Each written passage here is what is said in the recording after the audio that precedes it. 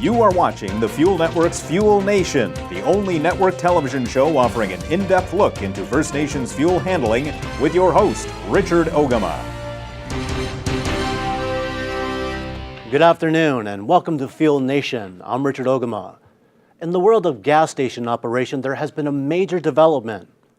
Section 34 of the Canadian Environmental Protection Act has been updated in order to address environmental concerns and increase safety conditions in gas stations nationwide.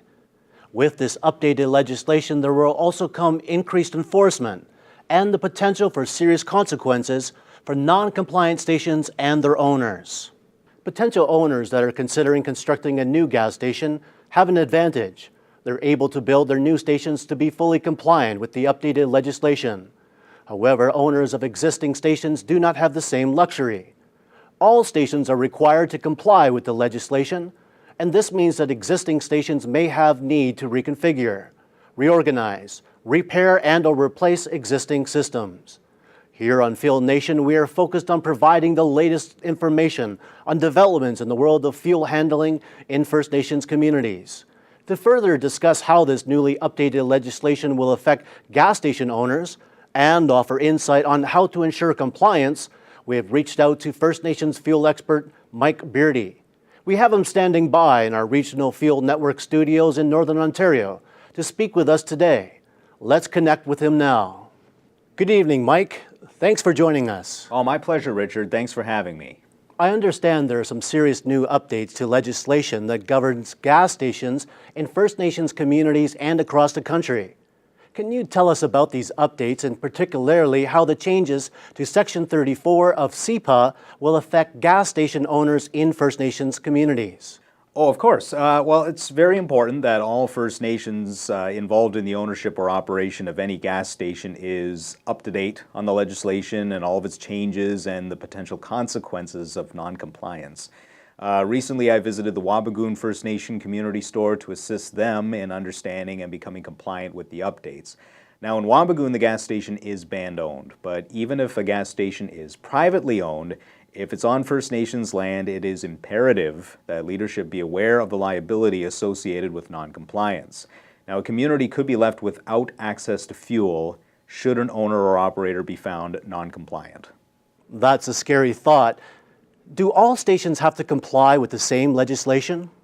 Well, yes, they certainly do. And the nice thing about building a new gas station is that you have the opportunity to meet all of the regulatory requirements before your station even becomes operational. But existing stations are required to follow the exact same legislation to be compliant. How is a gas station owner supposed to know what they need to do to be fully compliant? Now, each individual station owner or the band, in the case of a band-owned station, is responsible to do all their own research and understand what is needed to become completely compliant. The best place to look for this information is the Environment Canada website. Legislation is easy to locate online, and you can also call Environment Canada directly to gather insight and advice, as well as asking any questions you may need assistance with. There are also many other useful resources for gas station owners, like the OFN TSE training programs and their fuel training information that can be found on their website at www.ofntsc.org. That's a lot of information. I'm overwhelmed just thinking about it. Is there a way to simplify it? Well, legislation can be complicated, and everyone should contact Environment Canada for the exact interpretation of the requirements. Now, the team and I have broken up the process of gas station construction, operation, and compliance into 4 simplified areas. These address the needs of owners and operators in moving their gas stations into compliance. So tell me, how did you do this? We began by working out how the average station owner would go through his or her daily operational procedures. We then suggest ways to learn about the updates to Section 34 of SEPA and where to get the required training. Now, the 4 areas we defined are 1. Before you open, 2. What to look for, 3. Daily operations, and of course, 4. Legislation and training. We believe that this template will be a useful tool for station owners in meeting the requirements of Section 34. The first thing we should look at is what every owner or operator will need to do before they open for operation under the updated legislation. Okay, Mike, what are the main things that stations will need to do before they open? It begins with as-built drawings. Each station must have them. They must be site-specific and they must be stamped by a certified engineer. And these drawings must be kept on site for the life of the station. Tell me, would an inspector ever request these drawings? Absolutely. I mean, in the event of an inspection, the as-built drawings will need to be examined or the owner will face a penalty. Another important document is the contingency plan. Again, this plan needs to be site-specific, must be kept on site in a clearly marked location.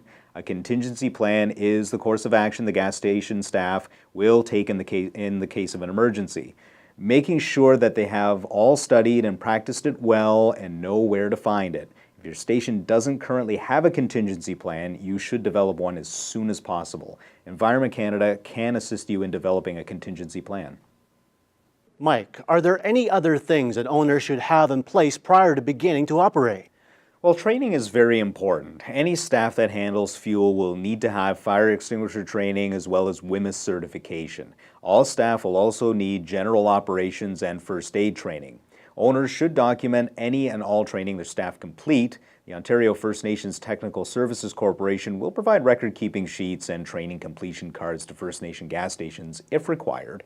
All this helps to ensure that there's no question that the staff of your station is properly trained and ready to handle any situation. It also demonstrates to Environment Canada that you are putting in a genuine effort to ensure compliance with Section 34 of SEPA. What about existing stations and finished builds? You've called this area what to look for. Before we get into the detail, what exactly does that mean? Well, basically what to look for refers to what you should see when you're walking through a compliant, safe, and operating gas station. They are the visual cues that let you know that the station is compliant. All right, then why don't you walk us through this section? Well, sure. The most obvious thing to look for at a gas station is proper signage.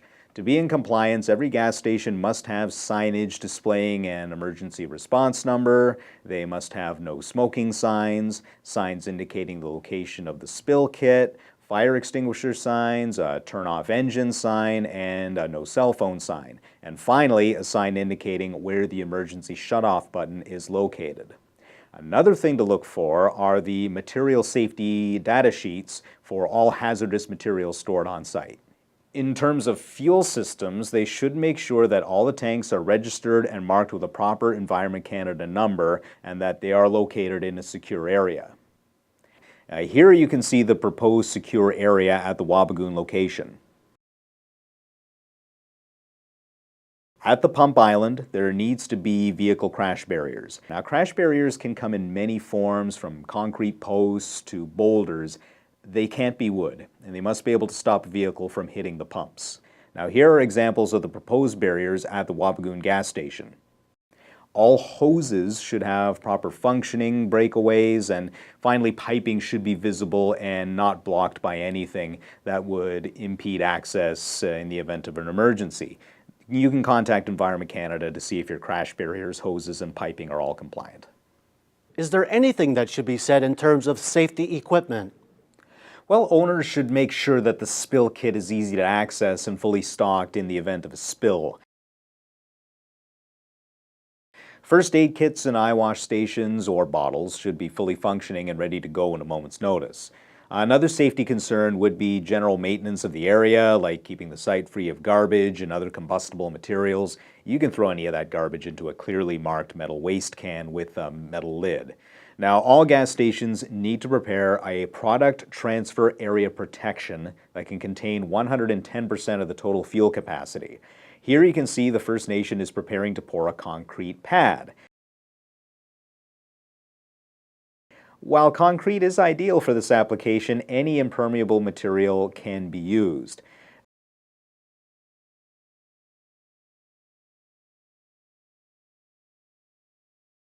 There should also be at least two 20-pound Class B fire extinguishers on site that are ready for use.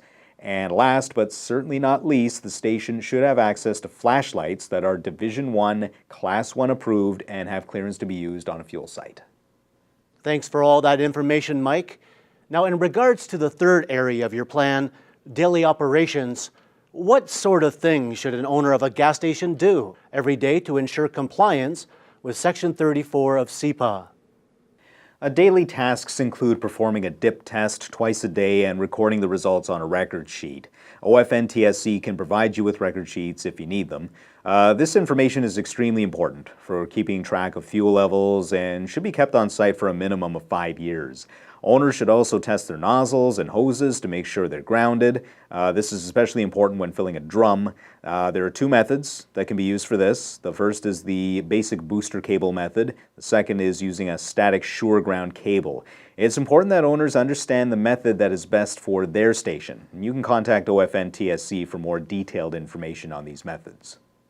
Are there any other things to attend on a daily basis?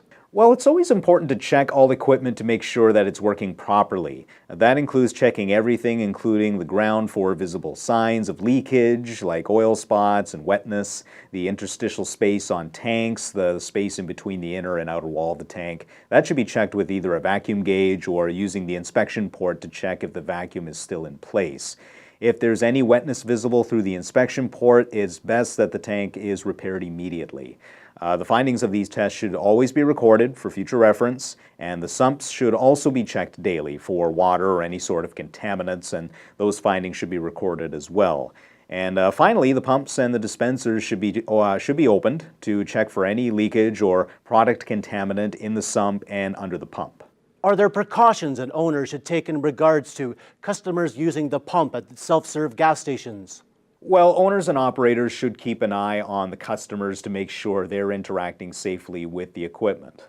What should gas station operators watch for? Things like the proper filling of 5-gallon containers and never filling anything in the back of a truck with a liner. They should also take into consideration static electricity issues by ensuring that customers don't do anything to cause a transfer of charge or doing anything else that's unsafe, like getting back in the car while fueling, jamming the dispenser open, using electronic devices, smoking, leaving the vehicle running, leaving the refueling area, or overfilling. What happens if there is an emergency at the gas stations? Emergencies are usually site-specific, but it's important to note that the staff should have proper training to handle whatever comes their way. If there's any sort of spill, it should be reported to the spill hotline. That's 1-800-268-6060. Thanks so much for speaking with us today, Mike. We're almost out of time. Are there any final words you would like to leave our viewers with? Well, thanks for having me. Yes, in conclusion, First Nation gas station owners need to realize that this legislation is real. Environment Canada can and will come to your community, and they will issue penalties to any stations found negligent. These penalties could leave a remote community without access to fuel. It is, however, not difficult to become compliant, and there are many resources you can use to help along the way. Thank you, Mike. As you can see, there are many important areas that need the attention of gas station owners and operators to ensure compliance with Section 34 of the Canadian Environmental Protection Act. As we have learned, compliance is mandatory and not to be taken lightly. However, becoming compliant is not that difficult and help is available. For all inquiries regarding the legislation, please contact Environment Canada. For assistance with fuel safety procedures, contact the Ontario First Nations Technical Services Corporation. Thanks for joining us on Fuel Nation. On behalf of Mike Beardy and our entire crew, I'm Richard Ogama. Stay safe, everyone. We'll see you next time on Fuel Nation.